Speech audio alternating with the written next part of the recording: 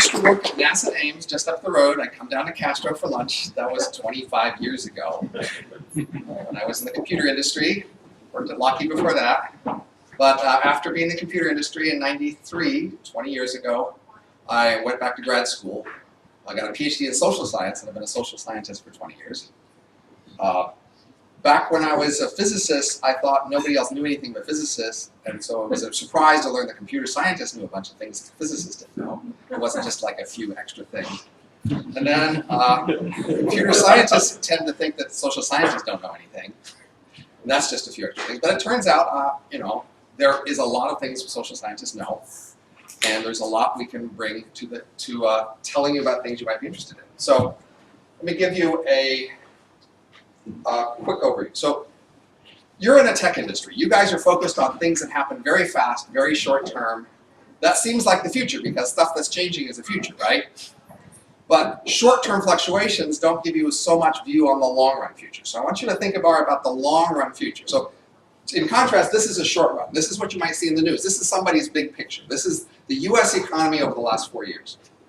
And it went up and down and up and down. You might have heard a couple of years ago there was this big down. You know, it made the news. And at the moment, we're not doing so well. Okay? Latest news, right? That's the news. But let's take a bigger picture. Let's look at the world and over a longer time frame and change the axes. So this is GDP of the world product. And this is since 1950.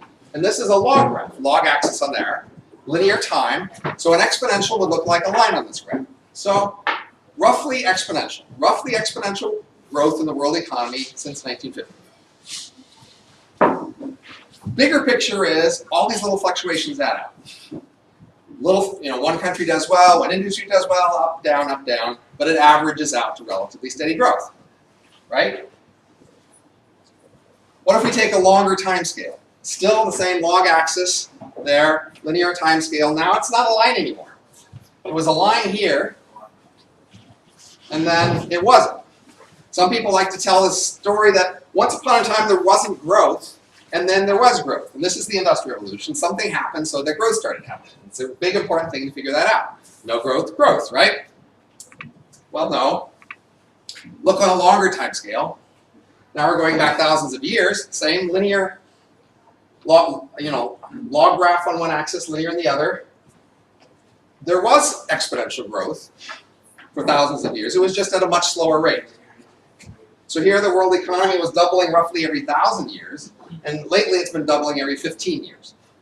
So this is a really big change, where the growth rate of the world economy went up by more than a factor of 100. Can I ask a really quick question? What are we measuring that in like the... So for most of history, most people were pretty much as poor as they ever were. So the world product is equal to population. It trends. Recently, people have gotten rich, so you have to do something different. It's just not the number of people lately, because individuals are getting richer. But for most of history, people were just as dirt poor as they were, on average. So population is pretty much what you're looking at back then. Are the numbers based on currency, the total value of currency? Real, not ignoring inflation. We always try to take out and ignore inflation. We don't care about it. Real stuff, real people. So here the story is, once there was no growth, then there was the farming revolution, then there was growth, and then there was faster growth. So two great revolutions in history. Of course, if you look farther back, it was still exponential growth, steady, but at a much slower rate.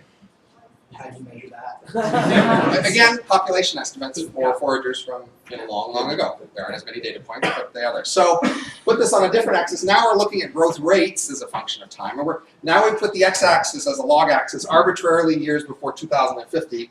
So there's no particular rationale to choosing that reference point, just so you can fit them all on the graph here.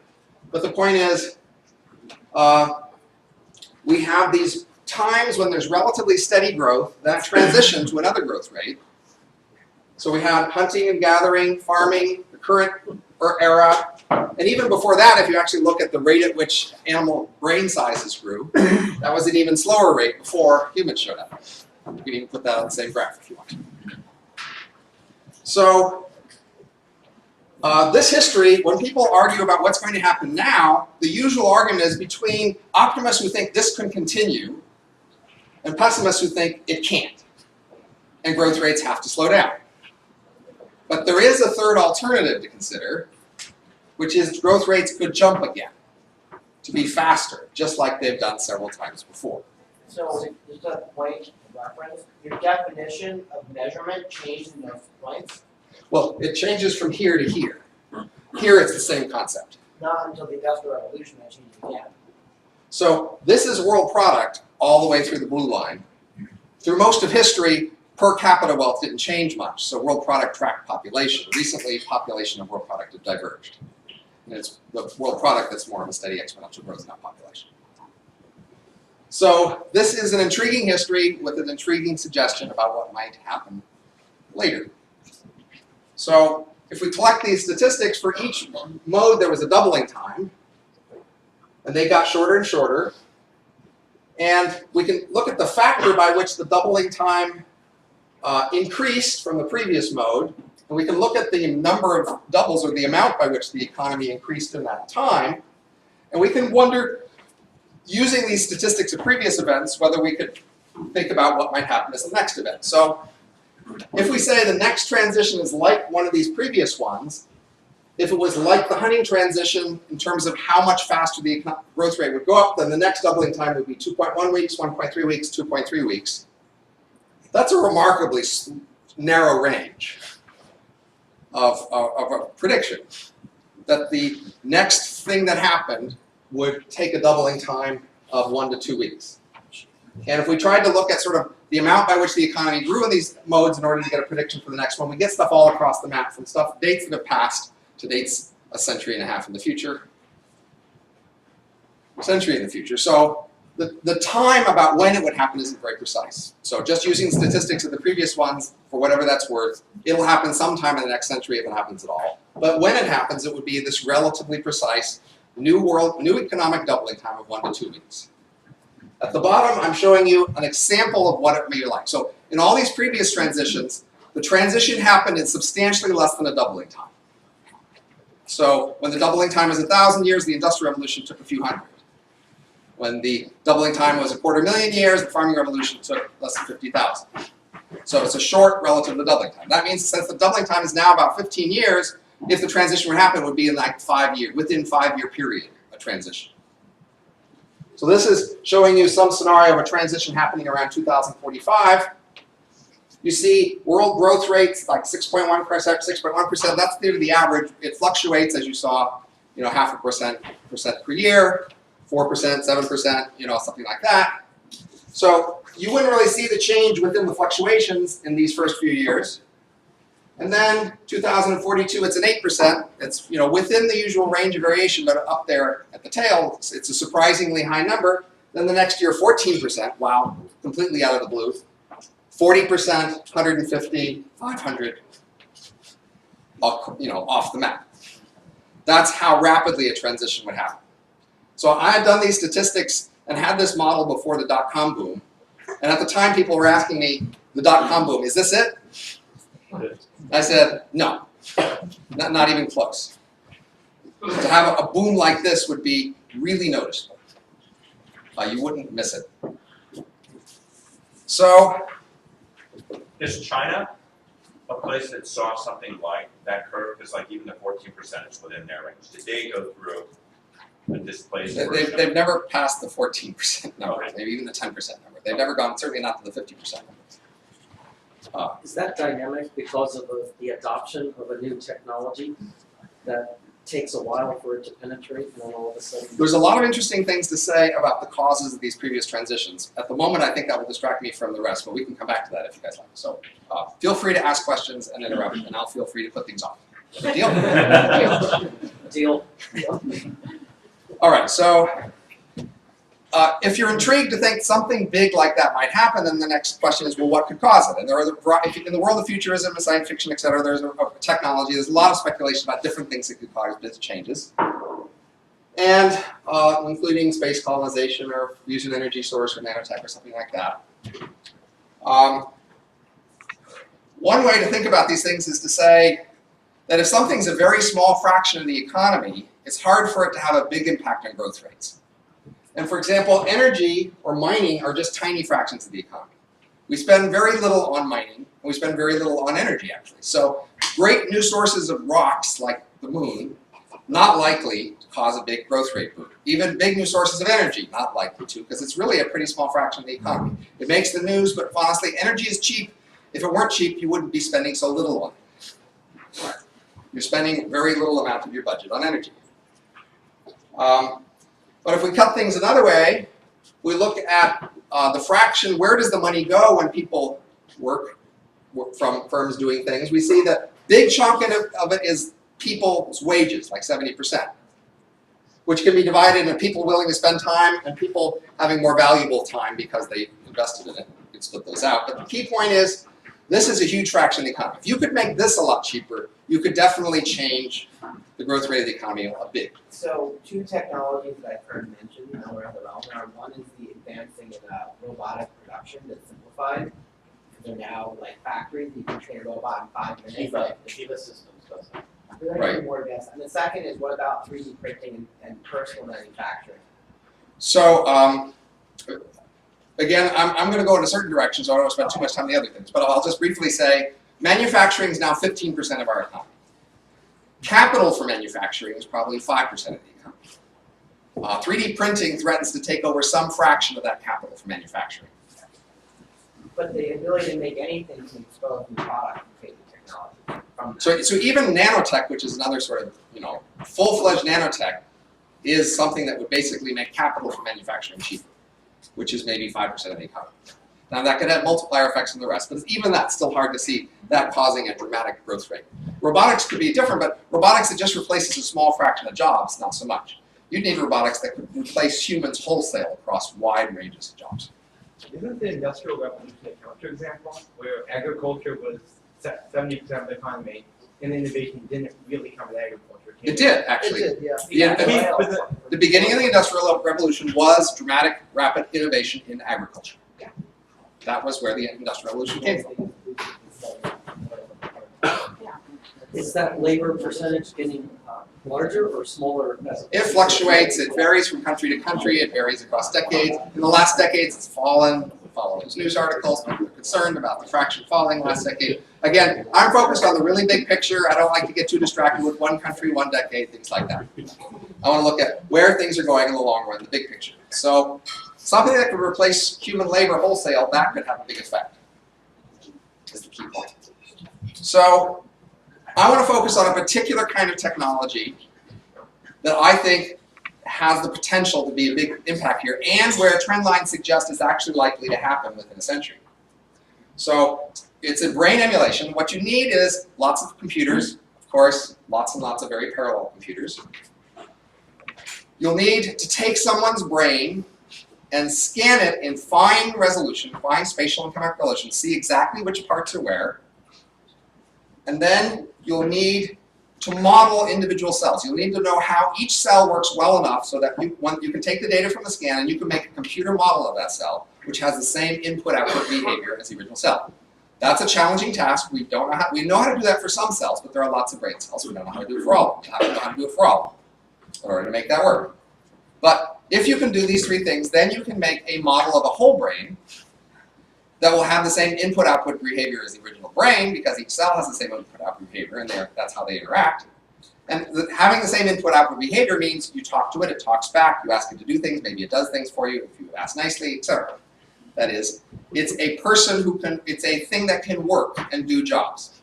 And if you can, of course, make them for a few $1,000s, you have got yourself a $1 trillion machine, because you can make a lot of money replacing people. That's the key idea. Now, the details of how we get there, I'm going to be less interested, but I'll say a few words about it, which is, you have these three technologies, so it matters which one is the technology that's ready last. That will affect how the transition goes through. Computers being ready last is the smoothest, best transition, because computer technology goes relatively steady, it's a very large industry, it's very predictable. And so as it was getting well enough, it's too expensive now, we can project the trends, it's going to get this cheap. People would jump in at just the right time when it started to get cheap, lots of people would jump in all at the same time. And it would be a decentralized, smooth transition. At the other extreme is if modeling is the last technology to be ready, it can be hard to know when modeling is just about to be ready. That is, you don't know when you have good enough models until you have them, and you might not know if you're close. And that means it might be a small team that suddenly figures out the last step, and that gives them disproportionate leverage or power in the economy. It can be very disruptive. It could happen at a surprising moment as well. In between, we might have scanning being the last technology, which it's the least likely to be the one last because we seem to be the farthest along on it, but it would be an intermediate thing where it would be predictable, but there might be one big coalition that puts together funding to make this big scan that makes the first ones of these things. And there's also the issue of how low a level we go in terms of modeling. So the brains are these big complicated systems and you can model them at different levels. And the question is, how low do we have to go in modeling? So these are different levels. So imagine like we're digging down lower and lower. We model more lower and lower detail until we find something that works. And then we find something that works. Maybe we can back off on it and throw things out until we see what it keeps. But if we project times about when computers will be fast enough to do these things, we get a set of times when this might be feasible, at least when for $1 million. And we can put this into a graph here in terms of time, how far we go. So the lower we have to go in modeling, the longer it will take before we can do it. But even in the least optimistic cases, it's within a century. And more likely you would, this is for the $1 billion. If you can do a $1 billion one, you can do it sooner, of course, and then you can probably try, once you have a $1 billion one, you try to make it cheaper, that is. If you manage to make this work, then you start to throw things out in the model. You put everything you have to in the model, and then it finally works, and then you say, well, what can I throw out? And make it cheaper so it works, and then you'll have something that's as cheap as you can get, and then that's where you are. It might be there, it might be down here and take longer. That's the scenario. All right. I am an economist. I'm a professor of economics. I've been doing economics for 20 years, but I used to do computer tech and physics before that. And I'm coming at this like an economist, and I'm trying to use everything I know in social science to try to think about what will happen if brain emulations showed up. So I think I'm going into far more detail than you ever see in most science fiction scenarios or futurist scenarios, in the sense that novels have lots of detail, of course, but they're all made up detail that doesn't make any sense if you understand how the world works. So I'm trying to figure out a lot of detail that actually makes sense, coherent with each other. And I've been able to come up with actually quite a lot. I'm going to give you just a small, what I'm going to be able to tell you over the next half hour is only going to be a small fraction of all the stuff I have. I do have a book draft in here, interested in seeing more aspects of the book draft. So I'm going to try to be relatively conservative here in my method. So first of all, I'm not going to try to be creative, other than to take this task of this question, what would a world with brain emulations be like, and try to answer it using standard tools. So I'm going to try to take standard consensus results in brain science and physics and economics and business practice, etc., and just project those standard consensus results here, not trying to be clever or creative. And I'm not trying to, as you'll quickly see, I'm not trying to paint a heaven to aspire to, or a hell to fear. I'm going to just try to tell you straight what it would be like, and some things you won't like, and other things you will. And that's just the way it is. And I'm not necessarily advocating, but we can talk about that. So I'm going to make assumptions that make my analysis easy when I can, so I can do things. And so I want to focus on an early era, where these emulations are mostly opaque. You can turn them on, you can run them, you can make copies, and you can run them fast or slow, but you don't know how to take them apart and take half of this guy's music and that guy's sports and put them together in something. You don't know how to do that. All you know how to do is to turn them on, but they're a big mess. If you've ever seen somebody's old spaghetti code, you understand. It's just something you can run, but you don't understand it. And I'm trying to focus, I'm not trying to forecast the distant future. I'm not trying to tell you what the whole future will be like. I'm just trying to tell you what the next era will be like, and even just the early parts of that next era. No doubt there'll be eras after this, and there'll be lots of things that eventually happen. But if you want to know what's going to be like after this, your best shot of thinking about that is to first understand what this is going to be like. And then you have some basis to project. So as an economist trying to make projections, I'm going to use a method that we use, which is we tend to assume low regulation competitive scenarios, because our tools work best here. This isn't to say this is what we recommend per se, but we can make the most easy forecast here. And in fact, a lot of things are actually pretty close to this. So I'm just going to do a straightforward standard thing. I'm also, again, not going to focus on the details of how the transition happens. I'm just going to tell you, once the transition was over, what sort of equilibrium would it go to? A world where people know they're in that world, they expect that this is the world, they're not surprised by it, and this is how it happens. And when I have to make choices between things, I'm going to choose the easiest to analyze assumptions. I'm going to say, okay, well that looks complicated, I'll go with this because that's like what I'm familiar with. And so that's my method, that's why I'm able to get conclusions. All right, so I'm going to organize the first set of conclusions in terms of what assumptions do I need to draw. So first of all, there are a number of things I can tell you about the future that just don't depend on this technology at all. A generic big future, it generically has better technology, better organizations, bigger organization, a bigger world, have more specialization. So art, of course, there'll be a bigger market for art, there'll be more kinds of music, more kinds of music, stories, movies, etc. There'll just be a bigger world has more of all these sorts of things, and it can afford to have more kinds of them. And of course, a bigger world is more unequal. There's a bigger difference between the biggest and the smallest in a bigger world. If the world is growing faster, there's other generic things I can say. A fast world puts more of a premium on flexibility, being able to change quickly. A fast world also puts more premium on doing things locally rather than transporting them from far away. There's some very simple things I can say about a generic world, but that's probably not what you're so interested here. So let's focus on the idea that we'll have robots in general, all sorts of robots, but very powerful robots. Generic implications for them. One, robots can be immortal, in principle. Your houses and cars are immortal, by the way. That is, if you pay enough, you can maintain them and keep them going, but you usually don't. Similarly with robots, just because they are in principle more immortal doesn't mean they are in practice immortal, depending on who pays how much to keep them going. Travel.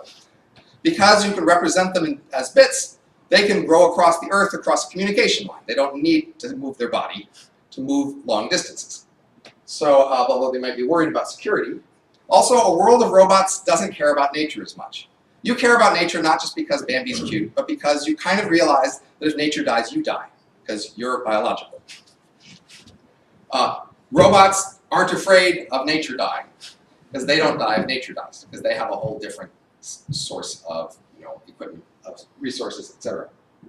But the biggest thing that makes a difference for a world economy of robots is the ability to make copies.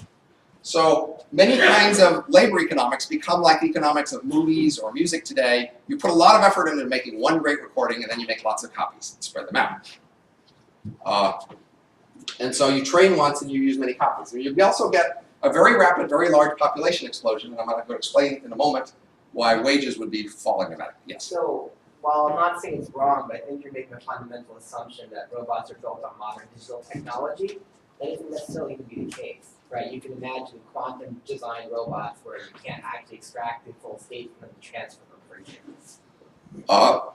I can imagine quantum robots that you try to make hard to make copies, but I actually don't imagine anybody would bother. I mean, even quantum systems. Not with the intent of making them hard. I mean, you may design on technology that's not digital or doesn't have a physical state that can be copied, or that can be duplicated for training.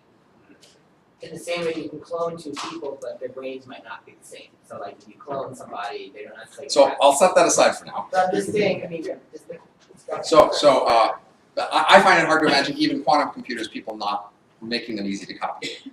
Well, I think they would just. The current trend is that direction. They would certainly try to make them easy to copy, and there'd be huge gains from doing so. Yeah.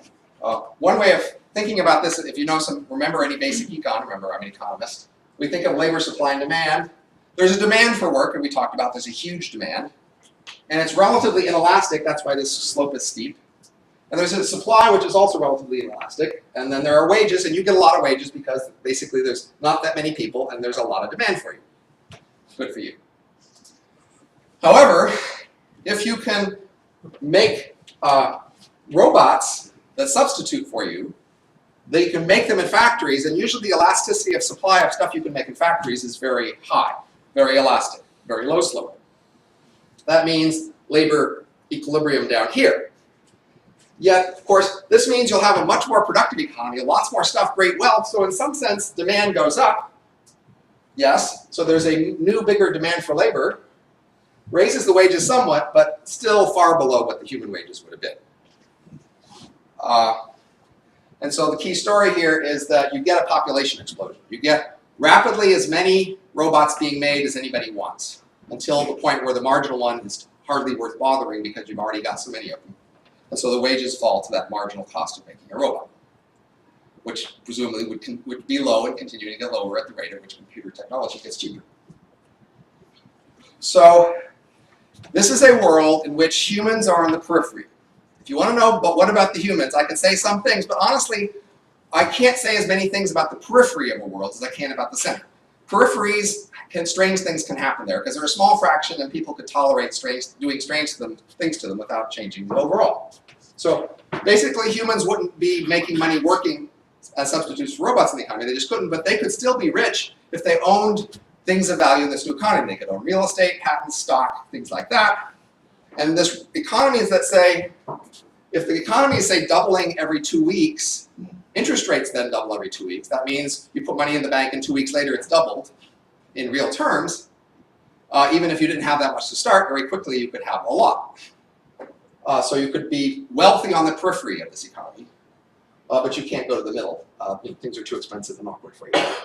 And there could be conflict. I won't tell you there won't be conflict between these robots and humans, but there's less likely to be conflict if they're more integrated in the same economy. If they use the same institutions of law and finance among themselves as they use with humans, then if they threaten those institutions, they're threatening the peace among themselves.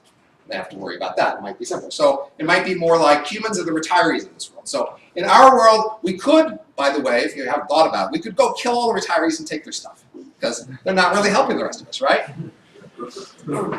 You hadn't thought about that, huh? But we don't. One of the reasons is it would be a lot of trouble, and you don't know who would be next. Once you put up a machine that's capable of doing that, you're not sure it will stop there. And maybe you don't want to go down that path. But since the world economy is changing very rapidly, you can't be that sure of living another 20 years because who knows what's going to happen to this economy if it's changing that rapidly. So I can't give you very long assurances of how long life would be nice for you, but it'd still be nice for a while until things got really strange, perhaps. But most of this talk I'm going to focus on what would the economy be like if the robots were mainly emulations of humans, not generic other kinds of robots, but emulations. Because emulations are much more like humans than other generic robots would be, so I can say a lot more things about them. I get a lot of leverage in my analysis from saying the main kind of robots are emulations. So they are like humans psychologically. Remember, they have the same input-output behavior, so they have the same personalities, same ways of getting mad, same dreams, falling in love, arguing, etc. All those things that you do, they would do because they're emulations of you. But they're not representative humans. So there's this very big, very powerful world economy that's really eager to make lots of copies of emulations. And they're going to pick the humans who would seem to be the most suited to this new economy and try to focus on making copies of them. They can take a few hundred humans and make trillions of copies of them and ignore all the rest of the humans. They're trying to find the few best who they can most profitably use in this new economy. So they want people who are very smart, hardworking, flexible, able to adapt, polite, etc., whatever it is you would most want an employee. If you could pick, imagine, if they could pick your best employee here, dump the rest of you and make 1,000 copies of that guy, they might. I don't know who it is, but they might do that, right? So it's a world of creatures that are different. And in fact, these best few, there might be only a few hundred of them. And so the world might go back to more of what was a forager kind of social world. Your distant ancestors, they only ever met 150 people in their whole life. They knew all of those people really well. They gossiped about all of them. They knew their whole life. They knew what buttons to push to make them mad. They just knew how to deal with all of them, right? And they could go back to a world. Now there's trillions of these things, but they're all copies of the same few hundred people that everybody knows. You're in a meeting, there's George. You know George. You don't know this George, but you know George. You know how to deal with him. Doesn't that assume that diversity has no value, or there's a statistically representative number of humans that represents diversity? So I have a more detailed analysis about that, but diversity has a limited value. That's why it's a few hundred and not 3. Yeah. But in our world, there are most industries have a few products that dominate the market, right? In most industries, there's some value to diversity. Nevertheless, in most industries, a few products dominate the market. Similarly here, the idea is in most labor markets here, a few of these emulations would dominate most labor markets. And then the question is really, how many different kinds of labor markets are there? Is the question of how many of these there are. So, of course, for years, I remember people talking about emulations and speculating about them, and our conversation would almost always go to the subjects of, would they really be conscious, or would it really be me if it was a scan of me and an emulation of me? And I don't want to talk about those, because I got bored about those a long time ago, and I don't see much progress anyway. It doesn't really matter. All the implications I'm going to tell you about follow regardless of the answers to those questions. Whether they're conscious or not, whether they're you or not, there'd still be a world of trillions of them. And it's the world that follows yours. And I want to tell you about what it's like. Their world is different than your world, in similar to the way that your world is different than your ancestors. So progressively over time, our environments have become more and more alien from what felt natural to us. Farmers' lives were alien, somewhat alien to foragers, but at least they're out in nature a lot, somewhat of a changed nature. We are farther away from nature, our lives are more alien. And their lives would become even more alienated from their distant, comfortable world than ours. But in fact, it's actually possible to do more loyalty tests for these things, strangely enough, because you could take a copy, put it in a simulation, run it through some scenario, and it doesn't know it's a scenario, and then you're testing to see what it would do in very strange situations. And you could probably even read minds at a surface level much more easily. And I'm going to tell you some aspects of their lives that may not be as pleasant, or I've already described a little. But one thing important to keep in mind, most of the work would probably be in office work, just like most of our work is in office work. So most of them would be doing office jobs, and they might as well do it in a virtual reality rather than push real pencils around. And most of them, even who don't have a physical job, in their leisure time, they might as well be in virtual reality, because that'll be nicer. And in virtual reality, they really need no disease, no pain, no shivering cold. There's just no point to any of it, not even any grime. They don't even need to clean. There's just no point to any of that. They live in a world that was basically consistently comfortable because it would be cheap. But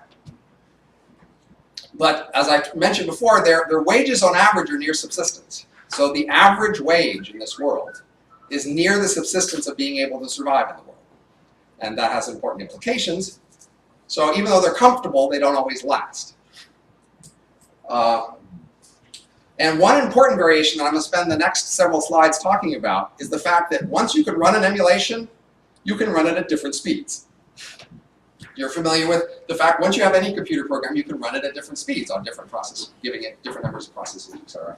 And being able to run people at different speeds, in essence, has a whole bunch of implications. So the assumption here is because brains are really very parallel, that basically you just add more parallel hardware to run them faster, and so the cost is linear in the speed up to a wide top speed.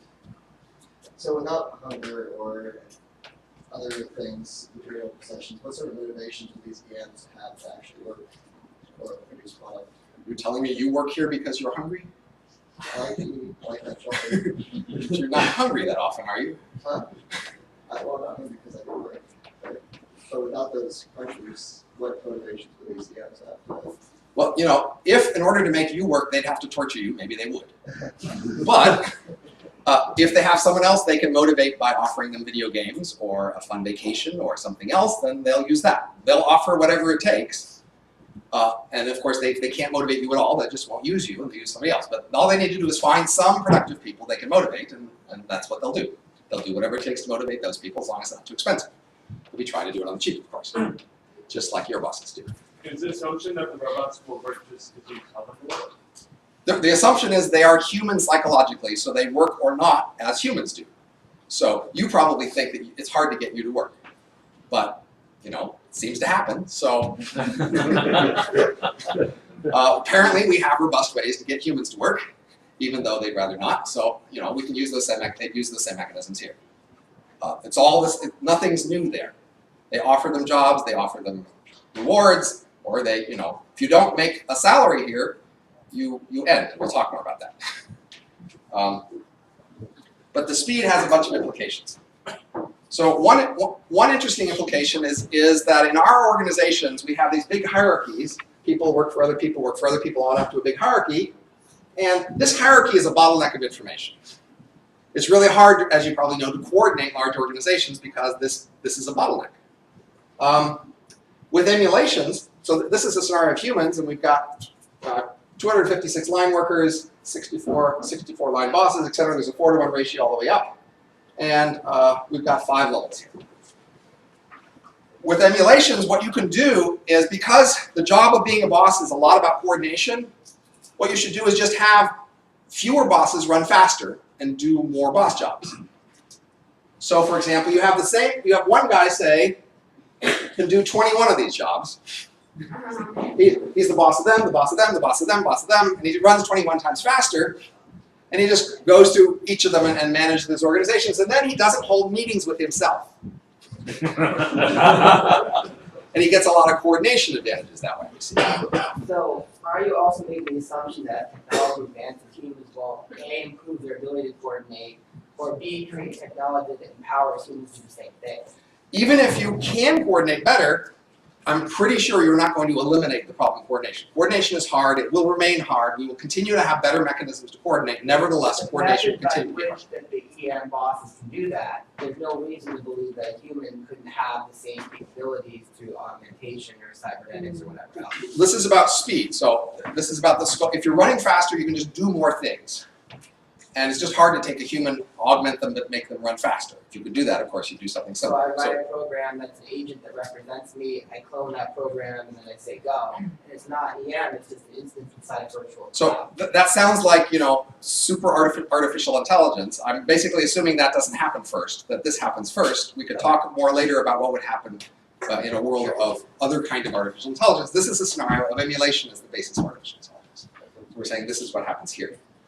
Another scenario is, remember, we're going to take the most in-demand people from whatever it is, and the people who are most in these emulation world are not a representative sample of humans. They are the people who are thought to be the most productive. These people, they'll be men and women and often like to do male-female pair bonds, but it might be that men or women will be much more predominant in this workforce. There might just be a lot more demand for men, or there might be a lot more demand for women, hard to tell which. That raises the question, there's an imbalance of men versus women. And so unless you can get a lot of homosexuality or other forms of unequal gender mating, there's a problem of how you match them up. So one solution here is you have one runs faster than another. So here's a scenario where there's a dog and a cat, and you can see the dog runs faster than the cat. So in the space where the cat goes through 1 day, the dog goes through 3 days. But then once a day from the point of view of the cat, once a day from the point of view of the dog, and 3 times a day from the point of view of the cat, they get together, and they're a happy couple. So you can solve, there are ways to solve these problems, but there are problems that show up that you might not have thought of. Because they can run at different speeds, gives you problems and solutions to other problems. These things you run at different speeds, we can show you some different plausible speeds. So you can imagine something that runs at a human speeds. Initially, when these things are a small part of the economy, that would be the main speed so that they can interact with humans naturally.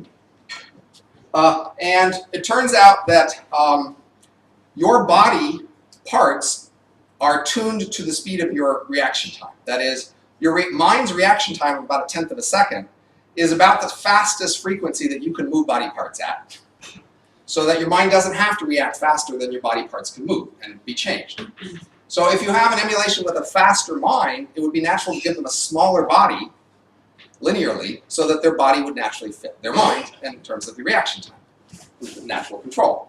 So that means if you had something that was 16 times faster than a human, it would be natural to give them a body 10 centimeters tall, roughly appropriate for this child's truck. And since they're running 16 times faster, they will experience a year for what you would see as 22 days. But we continue up this hierarchy.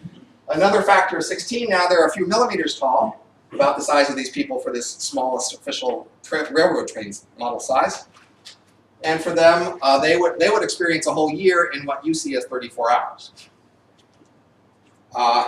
And again, we just continue on. And we get things that have very smaller bodies. Now, they don't actually have to necessarily keep the brain inside the body. They could teleoperate the brain. And of course, the faster they go, the more they experience in what for you is a short time, they experience a very long time. And they would have very small bodies. Now, again, most emulations would not be in physical bodies. They'd be doing office work in a virtual reality at some speed that, that matches their tasks. And the ones that are doing physical jobs would be having bodies that are the size that are appropriate for the task they're doing. Yes? Would that mean that they'd also learn that much faster? So Yes, very quickly it would. They'd surpass the level of the task they were doing. And be able to create probably new jobs that we don't even have today. Faster emulations would think faster, they would learn faster, they would experience faster, they would also get old faster. So it turns out that human minds start out young as very flexible and with age become fragile. And that seems to be a robust feature of technological systems and not just brains. It's not just some biological switch, it's probably in the nature of the mind such that it's going to be hard to prevent that. So basically, they might have a certain subjective lifespan of a century or 3 centuries, but at some point their mind will become so fragile it's not so useful anymore, and you'd want to replace them with someone younger. But you can still have a lot of those generations very quickly in a very small time. Yes? So earlier you commented on the similarity and interaction of society of these EMs and humans, but now suddenly the EMs are not physically compatible with humans and able to communicate. Does that mean there's a whole new microeconomy that develops for them? So I'm giving you this pyramid in order to give you the idea that the emulations might separate by class according to different speeds. That is, in fact, emulations that run at different speeds would find more of a barrier of interaction. They would typically say interact by having the slow one temporarily speed up in order to interact with the fast one. So that's how you would talk to your fast boss. You go to a fast meeting, you have an hour, but you're back in a minute or whatever, because that's how you meet with your fast boss.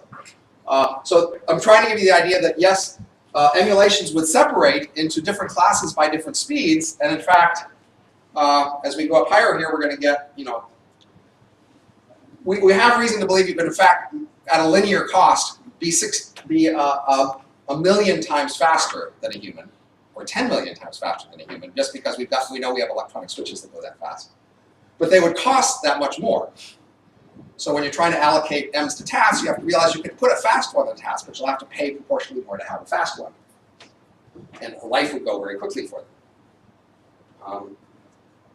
And in general, many of the ways that we distinguish ourselves in terms of status, faster ones have higher status. Faster ones are bosses, they embody more wealth, they tend to be where the action is at the center, they tend to win arguments, they tend to know about things fast. In general, fast is higher class. So you see more of a segregation of these emulations by class. And they have, their cultures would diverge because if music changes on a certain natural timescale among these people, then that won't be a natural timescale for the other people, etc. So we can think in terms of what kind of jobs would be assigned to what speeds, what kind of tasks. So at the very bottom, once we don't want you anymore, we don't have to kill you, we can retire you, and that's a lot cheaper for emulations, as we'll explain in a bit, because you can just run the emulations slow, and then they're a lot cheaper to put in retirement. Interacting with humans also makes sense to have it on a slow level. If you want an emulation that remembers a lot over a long time, they'll have to be slow to remember. Or manage, so if you want to steer a super tanker, then you don't have to react very fast, so you don't have to be very fast. It's when you're controlling a system that can change rapidly that you have to be fast to control it. It makes sense to have your leisure be done at a faster job. So at the moment, people do a job and then they go home. They do work for 8 hours, they go home for 16, they're back for 8 hours, and then a client who wants them has to wait a long time to get them back again, right? But if you do all your leisure really fast, you can work for 8 hours, be gone for 5 minutes, and be back and ready to do another 8 hours of work. From your point of view, it was a 16-hour break, but from the point of view of the client, you're ready to go. So that's a tempting thing to do. Fast bosses, as we said, and sometimes they'll be races. So if you were in a development race with a competitor and you needed to get a product out the door, you would probably just run as fast as you could, at least at the linear level. as fast as the linear cost would go up, so you could get your product out the door faster. So The sometimes leisure part confuses me, because it seems like if you had spent that same amount of money speeding up during part of your work, you would have gotten the work done faster. And it's not clear to me that that's any better or worse than getting the leisure done faster. So here we're just focused on the consistent availability to a client. There's some sort of client who you're interacting with and helping, and they want you to work at whatever speed that's natural for them to work at. You'll have your work speed at that speed, and then it would be natural to have your leisure speed be at a much faster speed so that you're very available to the client. Oh, okay. So if you sped up the other time, you'd have a hard time interacting with the client at their pace. Right. So there's something that you're interacting with on the job, and that will set the natural speed of the job. Okay. And then you might want to do something else. So, and then emulations that are very fast and very slow just have a very different kind of world they live in. If you're a very fast emulation, the world is very stable. It is vast, stable mountains that don't move when you push on them. And you can't change them much. And you are a fast little thing in a world that hardly changes. You are in the world of the ancients for a fast emulation, because from your point of view, the world doesn't change for thousands of years. Thousands and thousands of years, it's always pretty much exactly the same world. It's a very stable world. It's a world of very big, slow things that you can't do much with. From the point of view of a slow emulation, it's like you're surrounded by all these bees and gnats that are buzzing around, and they're too fast for you, and you can't do much. You just need to stay out of their way and stay away from all those fast things, or being really busy and dangerous. And you have your slow place where you could be comfortable. But from your point of view, the world's changing rapidly. It's like the world you think about in the tech world. Things change rapidly, new products, new things coming out. Is the world a fast or slow pace? It depends on your speed, whether the world is fast or slow. The world is growing at a certain rate, but you could be at a different rate. There's also a issue about your speed and who you can talk to how far away. So if you have a reaction time of 1/10 of a second, then if you're talking with somebody on Skype or something whose time delay of communication is less than 1/10 of a second away, you don't notice the fact they're not immediately next to you. But if they're 1 second away, then you notice the delay. For humans at the moment, that scale where you could send a signal and get it back and not notice the delay is bigger than the size of the Earth. So at the moment, you can talk with anybody across the world if you have the right communication hardware and not notice a delay. But as emulations get faster, the circle with which they can talk naturally and not notice a delay gets smaller. So if you're 16 times faster, then it's a 1,000-kilometer area that you can be in this area and not really notice who you're talking to. Another 16 times faster, and then it has to be within a 60-kilometer area. So that could be a large city, and anybody in that large city can talk to anybody else without really noticing the delay. But farther away, you notice a delay. Doesn't mean you can't talk to them, it's still a delay. But these things are much smaller, and again, billions of them could fit in a skyscraper. Like one skyscraper could be like a planet, basically, because they're small and flat. And as you go farther up, this delay gets smaller. You go to the extreme, something that's 16 million times faster than a human, it has to be within 1 meter of all the things it can talk naturally to. And things farther away, it's going to notice a delay. So these very fast things, they're in a galaxy, basically. Earth is a galaxy. They can talk to things right next to them naturally, and things far away, it takes years to get signals back from. If we're assuming that the speed up is based on parallel hardware, then do you have a similar problem with where you put the hardware you're simulating on? Yes, yes, indeed. So where do you put the hardware? Those limitations. So I talk about there being a few huge cities. Today, city size is limited largely by congestion costs of traveling. That's the main thing that gets more expensive as cities get bigger. So because you commute, it takes time to commute, the other cars are in your way, that limits the size of an urban area like the one you're in. Emulation, since they can meet virtually without actually having to travel, they don't have to send nearly as many bits. That means that they can have a much larger agglomeration of people all together that can interact with each other. And in general, cities exist because people get value by being close to other people that they can interact with. So basically the prediction is larger cities of maybe trillions or more packed into a few tens of kilometers so that they're running fast but they can still talk naturally to each other. That's the scenario here. So when you've got that much hardware there, the one limiting factors becomes disposing of heat. You're going to have all this computer hardware crammed really close, and you need to really cram cooling fluids in and out of it really fast, and that can be a limiting factor. So I mentioned the issue of, at the moment, your lifespan can be thought of as split into 3 phases. You train, then you work, and then you retire. And so the amount of work we get out of you is limited because we need to spend a lot of time training you, and then we give you a lot of time to retire. For emulations, we train once, make copies, have you work, and then retire can be at a different speed. So you're a lot cheaper to retire. So we basically get a lot more work out of you. Work is a bigger fraction of the overall life. Also think about this in terms of a life history, a life story. This is time going up, and this is what your life history looks like. You start, and then you end. That's it, right? So this is the life history of somebody who every day, perhaps like in the novel by David Brin called Kill People, every day they make a couple copies of themselves. They last for a day, and they end. And you know, so if you need somebody to go to the post office or stand in line at the DMV, you spin off a copy, they go do that task, they end, but they don't mind so much because they remember agreeing to that a few hours ago. And that's their life. This is the life of someone who spins off little copies of themselves every day. Another life path could be more opportunistic. Sometimes there's new clients who want a new use of use. Other times your clients go away, back and forth. You make copies, they end, etc. As you get more or less demand for what you could do. Why would you ever spin off a copy of yourself for a purpose like that when you said you could enter into an agreement with a copy of one of those more workaholic or clever or whatever M's that are on the market for them to do the same thing? We're talking about them. Those are the guys we're talking about. Oh, okay. Not you. I thought you were talking about me. I care about me. Yeah. So we're talking about the median participant in the economy. We're mainly focused on the typical person in this economy. Okay. Not you. So for them, they are willing to do this, and we're talking about them. The guy's willing to do this. You're not willing to do this, then we're not talking about you. Well, I'm willing to do that. I'm just saying. No, you're. I'd rather have it. So you know, it's a competitive economy. They'll select for the ones that are most productive and willing to cooperate in doing whatever needs to be done. So if this is what needs to be done, then if you're willing to do it, maybe we'll consider you. If not, then we'll go on to the next guy. Here is a recursive software engineer.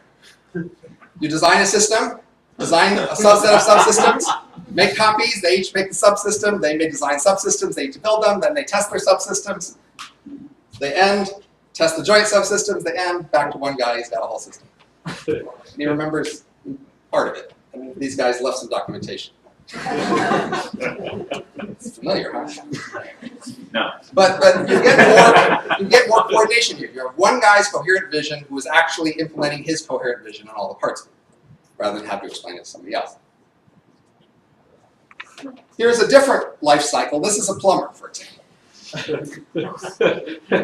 Plumber works 3 hours a day. Pretty good, right? Every day we make 1,000, million copies of the plumber. Calls come in, call comes in, plumber goes out, does the task. End of the task, plumber ends, except one of the 1,000 goes on, has another 21 hours of leisure before the next 3-hour workday. He remembers his life was 3 hours of work, 21 hours of leisure. Pretty good life, that's what he remembers. He remembers a life of leisure, but really, most of the time he's working. Pretty good, huh? Best of both worlds. This is what I was talking about in terms of lifespan. Just there is a pattern in products and a lot of other in cell species that basically there's a stem in biology. Your stem cells are what last beyond you. When you make a baby, it's with stem cells. These are very simple cells, not complicated. But the stem cells then make lots of more complicated cells that are a lot more adapted to their circumstances.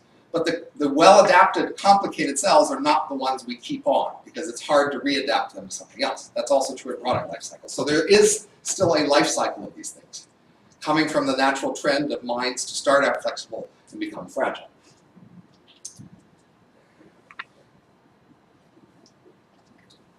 So you might worry about these creatures that end. Again, if you did like several months of subjective work, there's no question we're just going to retire you, and you're going to have perhaps an infinity of slow retirement. But if you only spend an hour, maybe it's too expensive to retire you if you only worked for an hour or a couple of hours. But it might not seem to be to you such a bad thing. So here is an ordinary life. Here's a life of you where you forgot. Basically, you were asleep during this time set, right? You don't remember anything. Okay. Here is a life where at the beginning of a party you took a drug which meant you won't remember the party. You have a party and then wake up the next day not remembering the party.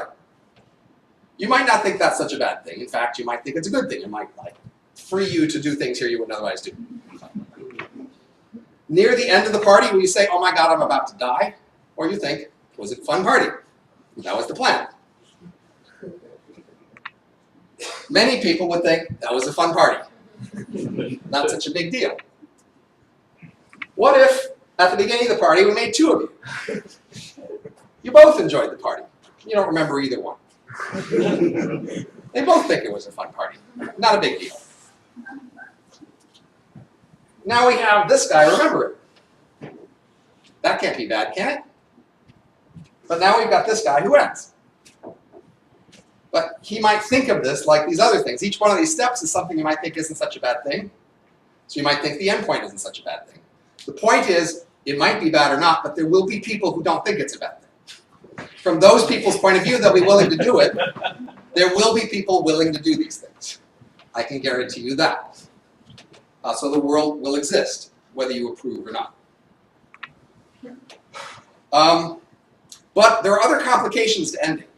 Because you might have friends. It might bother your friends that you end. You might be bothered by your friends ending. Or when you make copies. You have a friend, George. George makes a copy. Are you friends with the other copy too? Do you have to send them both birthday cards? It gets complicated, right? So one way to deal with these social complications is to have groups of people be copied as a group. And then end as a group. And then if they focus their friendships and relationships within their groups, then there's less disruption when the group ends, because they're all together. Of course, instead of ending, they might just retire. They would retire together. And again, these social relationships become easier to manage in this scenario. Skip these things unless you want to come back. We tell you a little bit about inequality. When you have things like cities, or you have firms, or you have people with wealth, there's sort of three ways they can be distributed generically. You have distributed between small and big things. Sometimes you can sort of spread them equally across all possible sizes, or you can put more of the weight into the small things or more of the weight into the big things. And if we model this with a power law, there's a power alpha that tells which way this goes. And I'm going to be talking about the alpha of various distributions. So today, firms tend to be spread equally across all possible sizes. So do cities and nations, actually. Products tend to be concentrated. For any one product, there's few firms that sell it. Wealth tends to be distributed, and families are quite distributed. 1,000 years ago, these were all pretty much distributed into small things. Most towns were small 1,000 years ago, but firms were small, families were small, wealth. When you say wealth, you mean that there's a lot of people who... Yes, and so there's a lot of people with a little bit of wealth, and a few people with a lot of wealth. Small with a lot of wealth. Right, so this is the distribution of wealth. When you say firms and cities and stuff are small, you're talking about proportional to the whole population, or? Well, yeah, I mean, however you want to, I mean, I didn't give you an axis, I didn't give you an endpoint in the axis. So this is relative to one But to you're the other. comparing a small population to a very big population and So, geographic distribution and stuff like that. 2,000 years ago, most people lived in villages of the size roughly 1,000. There were some cities that were much larger, very few. Most people lived in small things. Businesses were also very small. There were very few big businesses 1,000 years ago. In this future projection, though, I still would get firms being spread equally across and products being concentrated, but now I'll get city-states being concentrated, a few big cities with most of the population, instead of being spread out more equally. much more concentration of these families again. The clans, maybe a few hundred clans have most of the people. And wealth becomes more concentrated too, because of indefinite lifespan. So at the moment, one of the main reasons cities and firms are spread equally across all possible sizes is they don't really age. So a successful firm can just keep growing, a successful city can just keep growing, and the point at which they die is when they aren't successful. Whereas for people, they can get rich during their young lifetime, but then they get old and die, and their kids usually don't follow on their habits, so that makes wealth more equally distributed in our world. In this world, because the M's can live indefinitely, wealth becomes more naturally concentrated, just like firms and cities are today. What about the family? I don't understand that one.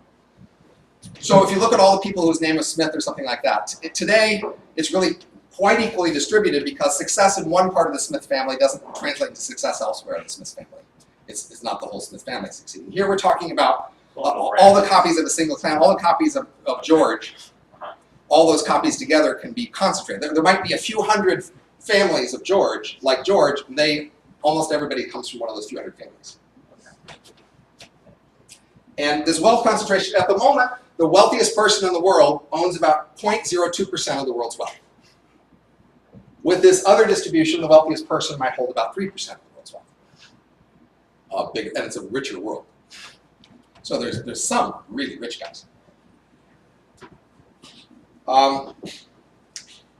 There's lots of things we can say about law and governance. Mind theft would be something people would be especially paranoid about because if you steal a copy of an M, you could make lots of copies of it, you could torture it, you could compete with the original that way, and that's just bad news all around. So at least it would be one of the prime sort of moral principles is to try to overcome that.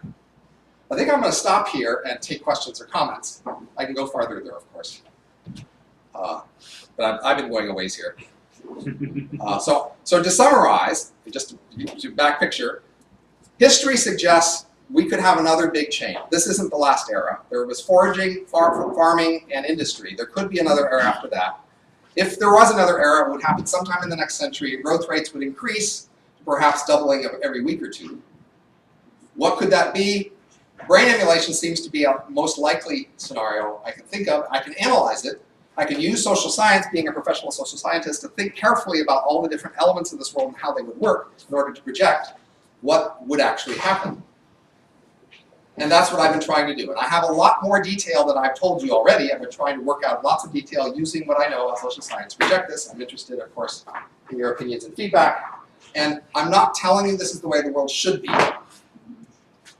But I'm telling you it's my best guess of the way the world would be. And if you don't like it in some way, then you can think about how to adjust it a bit. But just don't overestimate how much you can influence the world.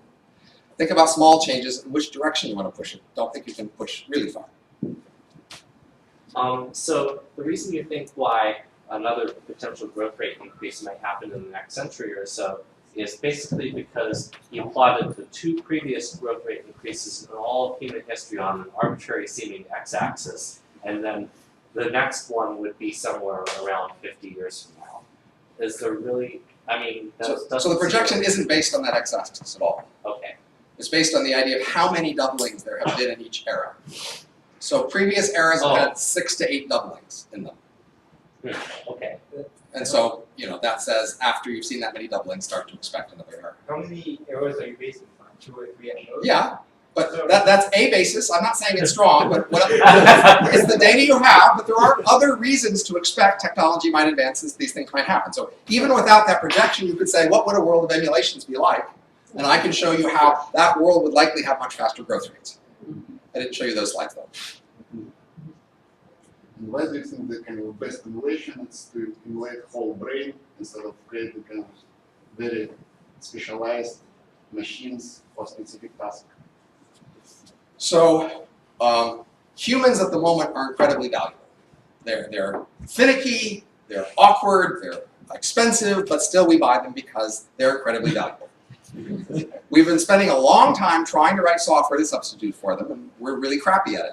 And we have been for a while, and our rate of improvement is really slow. So that suggests to me it'll be a long time before we can do things that way. I can say more about that if you like. So this technology, I can do projections that say, in 50 years or so, this looks likely to happen. That other technology looks likely to take a lot longer, so I'm thinking this will happen first. What percentage of kind of jobs labor is spent on really kind of brain intensive. Well, I guess it's a very small one. Yeah. What do you mean by brain intensive? Service, it's kind of waiters. You might not think it's brain intensive, but human brains are pretty much the only thing we know that can do them. Oh, We can't get monkeys to do them, we can't get squirrels to do them, we can't get robots to do them. People are the ones who can do them, so those are the ones we pay. But they cheaper right now. There is a many industries, there is automation. Humans are really expensive, even those humans. Humans, it's much cheaper. Right, because the other stuff is crap. Right. The other stuff doesn't work, so then we gotta hire them, right? I So guess there's a question as to in 50 years, how much more will our world be automated than it is today? it'll be more so, but projecting trends won't be that much more so. Okay. So I was an AI researcher for a while. I know some AI researchers. I recently asked a couple of them, since I had been in the field 20 years, I said, in the last 20 years, how much progress have you seen toward the goal of full human level abilities? What percentage of the way have we come in the last 20 years toward that goal? And they usually say 5 to 7% with no noticeable acceleration. Projecting that forward, you say 2 to 4 centuries. So connected sort of to the modularization, you don't want to speculate about something like genetic algorithms that would enable us to recompose human personalities into different configurations. You think it will just go with, say, Rob and Hanson rather than, you know, say like some kind of hybrid of you and Tyler Cowen? Genetic algorithms don't matter. The issue would be, to what extent do you understand this thing so you can take it apart and reassemble it? So when you have a big complicated thing that's spaghetti code you don't understand, you don't try to take it apart and reassemble it. That doesn't work. As we slowly understood things better, you might get more able. I think the first things you would probably do is simply take out expensive parts that aren't used very much. So a big part of your brain is visual and auditory processing. But in fact, most of your jobs don't actually use that much of your visual and auditory processing. So one of the first things to do would be just cut that stuff out a lot, greatly simplifying your visual and auditory processing. That would be one of the first steps toward changing brains. But most of this analysis goes through for those creatures. You know, the fact that you can't see so well doesn't change very much of what I said. 200 years from now, what's it like to be human on this one? 200 years from now. So you're talking rates of change that, you know, the solar system could be completely decomposed in 200 years from now. So what it's like to be a human who remains a human is whatever they tolerate or whatever indulges them to let you be. Basically, you're on the very margins of a world that you refuse to join for some reason. There might be just a few of you, and it might be kind of interesting to keep a few of you around to poke at sometimes. But you can hope for that. That's your best outcome. Does this future have any implications today for investment?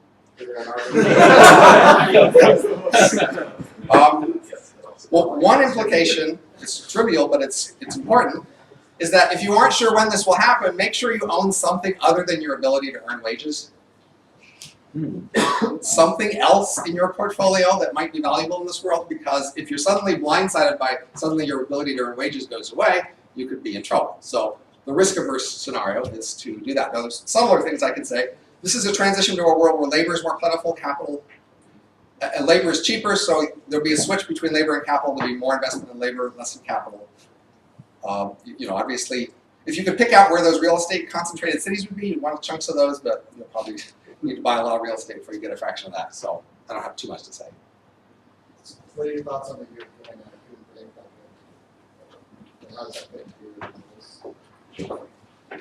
We're a long way away from being able to emulate. Hopefully projects like that will move us along the way, but they're not remotely likely to reach that milestone in that project. We're still a long way away, and we will be a long way away after that project finishes. But nevertheless, it would be a good idea for them to do it, please. And for the new, you know, Obama, whatever, brain mapping project. Good stuff, great. So I'd like to take time for maybe 2 or so more questions from the group. I know some people have to get a few things done before our all hands meeting. But Rob, are you still able to stay a little while? I definitely will stay around. Happy to chat. I have to be in Berkeley at 5, but other than that, I'm disposable. Did you have more slides? I have more slides, but I don't So we'll take another question or two, but first I'd like to give you a big round of applause for coming in.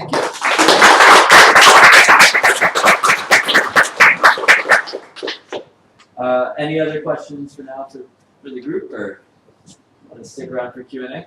Someone wanted to ask about another slide. This was the last slide I didn't put up. In a bigger, more competitive world, there will be more space to try out things that we haven't tried out in our world. So there are many, I'm an economist, there are many institution ideas economists have for different ways of doing many social institutions that we think make sense as better ways of doing. We often find it hard to convince people to try them out. People often think they look awkward or immoral or whatever. Emulations would try them out. That is, it's a more competitive world. They will be more eager to do whatever's more efficient in order to win in the competition against other firms and other cities, etc.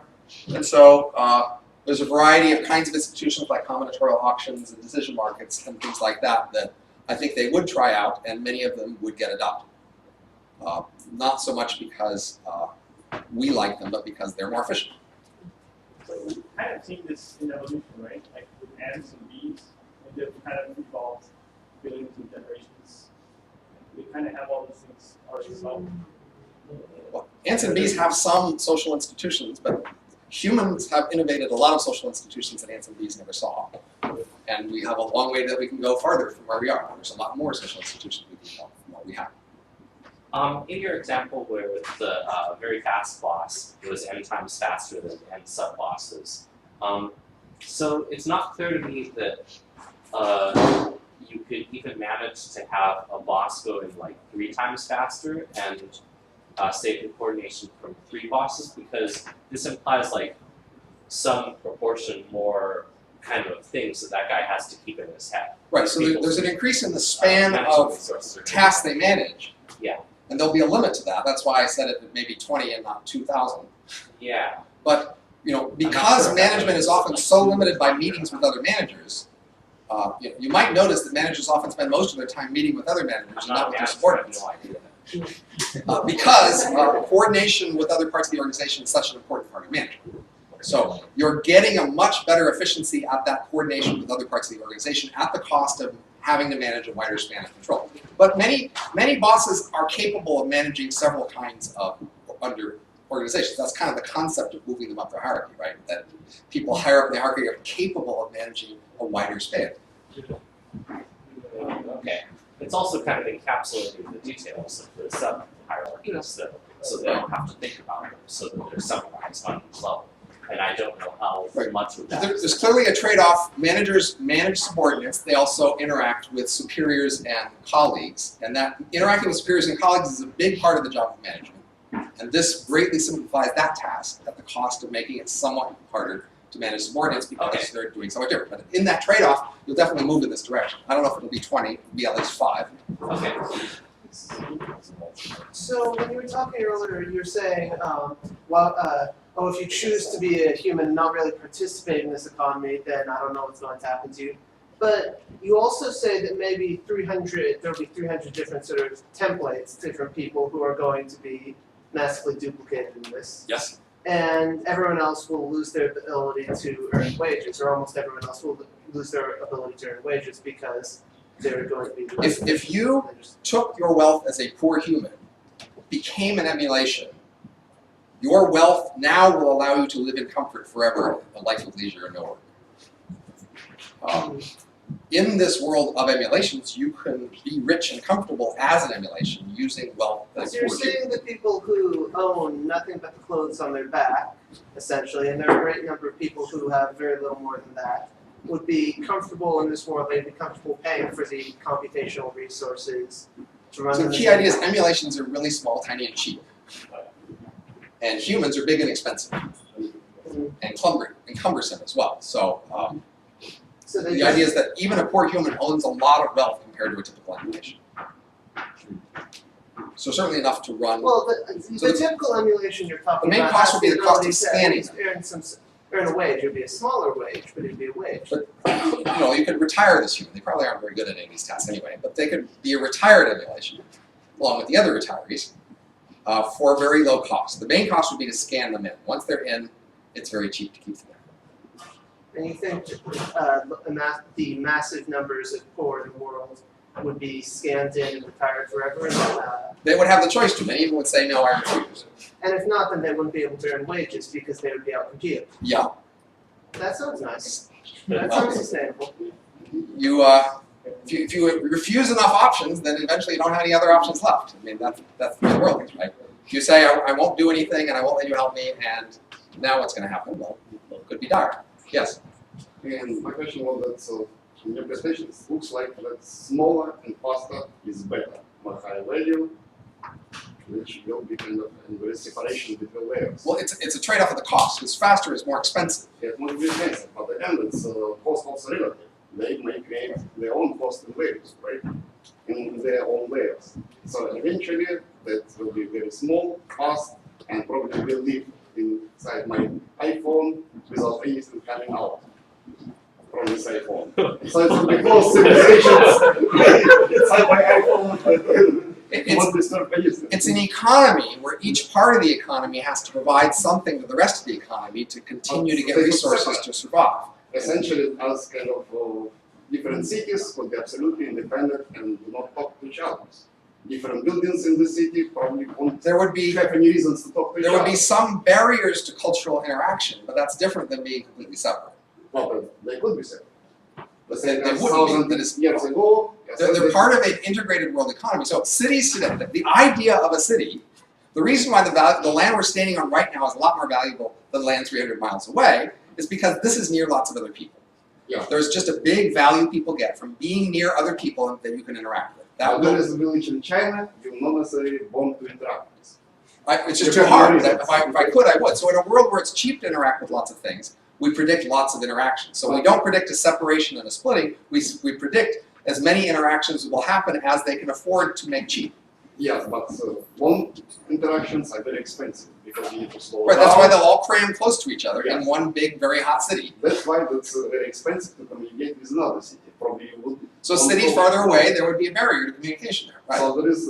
But that doesn't mean there's no communication, right? I mean, few of us go to China very often, but it's not like we're separated from China culturally. We interact with China in many ways here. And it was just the closer we could get to them, the cheaper to travel, the more interactions we have. Yeah. Why do you say hot? Big hot. Well, you're trying to cram as many fast computers as close together as you can, and that generates a lot of heat. And you have to get rid of that somehow, otherwise you can't cram that many that close to each other. So you probably need like rivers full of seawater rushing through that turn into steam at the other end. Okay, but the ends are conscious or attuned to that. They don't have Well, to it's a utility. You don't notice when you flush the toilet, you don't think about where it goes, but it needs to be there, or else you don't survive, right? You need these. You turn on the lights, electricity happens, right? So it needs to be there. The system needs to be there. So if we're speeding up, have you considered that if you need all the machines to be within a brain radius or a brain equivalent radius, that you get. So I did a simple calculation, like if you want to 16 million times as fast as a human, you need 16 million computers worth of processing power within about a cubic meter to get within brain reaction time. Because within your brain you have about 30 milliseconds delay. So there is certainly some point at which you can't make it that fast and have somebody next to it that can talk to. There's certainly some limit at that point. It may be 16 million or 100 million or no, a 60 billion. million seems way too high. That 60 million you have a sphere of. But you don't know how big these things are. So these could be very small computers. They could be a millimeter square. I mean, that's assuming the law of Moore's law, that it can continue for that long. So again, I don't want to get too much into the details of the actual hardware construction. The principle is there's some range over which cost is linear in speed. Then there's some limit of how fast you can go, and there's also a limit of how much you can cram into a space. There's a limit of how much heat you can get in and out. So those are some of the key limits that set the key sizes. And so that's, I'm more confident of the exact numbers. It seems like you at relatively low speed, you get such that you can't build cities of any size because you have too much heat dissipation problems. Like even at something like 100x or something. Because if you have 100x, then your computers have to be in a 3-kilometer radius. Well, if you have a choice between having 1,000 ordinary speed people and one person running 1,000 times faster, the choice will still have the same resources. It's not linear because you just have less space to work with. No, but if I can use the same computers that would run 1,000 people at ordinary speed, I could use those same computers to run one of them at 1,000 times the speed. No, but 1,000 people can communicate at talking distances, was one person has to communicate within brain distances. So these computers have to be more clumped together. If you're all just running in software, it's not clear to me why there's a big difference between talking distance and brain distance. Well, at least interperson communication, we're saying the reaction time is based on how fast we, like, the city's really based on talking distances. So the basic point is, I've set up a framework here. Within that framework, those are some of the key trade-offs. The exact numbers we can work out and do more careful models, but I've already won if I bought you into the whole framework here, that these are the plausible assumptions to work with, and these are the key issues. So you should probably be questioning more whether I've made the appropriate basic assumptions, and whether this is at all a reasonable scenario to be thinking about. Once it's somewhat reasonable, then these are the sort of calculations we'll be doing. So I have a question. So basically, you assume that emulations of talented people are better than people, if I understand correctly. But one way that the web changes and advances is that children want to be different from their parents. So the parents, as smart as they may be, make mistakes that children are willing to question and therefore advance the world. So how would those emulations compete with the children of other people and their grandchildren and their ability to change their mind and try really different things? We can probably emulate children. So we can create emulations that start out intellectually as children, and they start very flexible then, and they can have this flexibility that you admire. And emulations as a career would go from early flexibility to later fragility, reaching some peak productivity at some intermediate age. Early on is training in its search space, figuring out what you're good at and what things to do, and learning how to do them. There's a peak age of productivity where you just do it a lot, and you make lots of copies. And then there's a declining age at which at some point we retire. You go on into watching the fast world proceed around you. You can emulate stuff, but the idea that you can emulate change seems to be contradiction. If it's going to be an emulation of the brain, it has to be a brain emulation that emulates the changing of the brain. No, Otherwise, it doesn't emulate a brain. The parents themselves don't change. You have to have another creature, the child, which is not the parent, that actually intentionally decides to be different from the parent, and then... Yes, but the emulation can be that creature. We can have an emulation of a child who has all of these strange elements of rebelliousness and wanting to do things different and trying different, and then emulation can have all those characteristics because it's an emulation of a human child who has all those characteristics. A faithful emulation that will have all those things too. So emulation children could do all of those things that human children could do. Because it would, otherwise it's not actually an emulation. I mean, that's the key point here. It's only an emulation of the original brain if it has the same input-output behavior of the original brain, i.e. it has a similar sort of behavior in similar situations. So that's what it means to be an emulation. If it doesn't reproduce key behavior, it's not a successful emulation. It's the essential idea there. In order to keep getting more children to emulate, do you need people to keep on biologically producing children, or do you think you could emulate that reproductive process? It's probably enough to just have a few very young children, and then you can make lots of variations. So one thing I didn't mention is one of the early things you'd likely be able to do is just tweak brains. That is, these emulations probably have a bunch of knobs on them. And you can just twiddle the knobs in various ways to make them anxious or sleepy or you know, whatever you want. There's probably just a bunch of ways to change them, and you'll search in that space of ways to turn the knobs for ones that are particularly useful. And you know, when you emulate a childhood, you will, in addition to trying these knobs, you'll just try lots of environments out. You'll try one growing up in the woods and another growing up in the basement. And, you know, you just try thousands of variations and you see what you get. Because once you find something that's especially interesting, you can make trillions of copies. I think it's totally unrealistic that you're going to be able to just satisfy that need with a whole bunch of young children that you emulate, because like the actual emulations are going to want to have kids because they're human. Right? So they can adopt one of these other kids. Maybe. Okay, well, yeah, okay, maybe the 300 will be ones that want to adopt all What the kids. constraints you put on those 300? They have to Yeah. be willing to It seems die like repeatedly. So the choice of these emulations are going to be a trade-off of a number of characteristics. One is sort of their smarts, their hardworking, their productivity, their ability to work with others, but a number of others is their willingness to put up with this world. The willingness to be an emulation, to live this sort of a life, to deal with these sorts of life cycles, these sorts of opportunities, and this sort of uncertainty. Whatever the world is like, you'll have to select for ones who are willing to live in that world. That's the way all new worlds have been. Well, and if you can emulate the brain, then you can emulate the entire process of mixing chromosomes and growing the new brain, it would just be expensive. Not necessarily. So, A luxury. presumably, it's a matter of the stage. So early on in the process, we might stick with adult brains. A little later, we could do kids' brains. Maybe a little later, we could do baby brains. You know, but the question is, how far will that matter? That's how important will it be? So it doesn't seem that important early on. Worst case scenario, use that DNA. Say again? Worst case scenario, you just use synthetic DNA to simulate that. It's chemically. I'll let the organizer. How much can you carve away and still remain human? Like speech processing, learning, finding reproductive mates, all these things you can optimize the brain for just. There is no answer to that.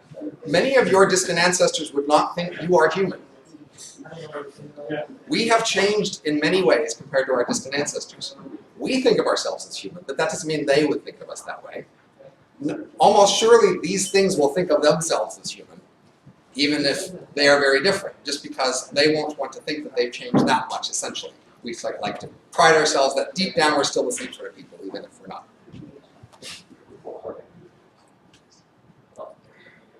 With that, I'd actually like to move into just a roundtable Q&A time, because I know some people do have to get Thank you all for meetings and we coming. have all hands. Good luck with your meeting.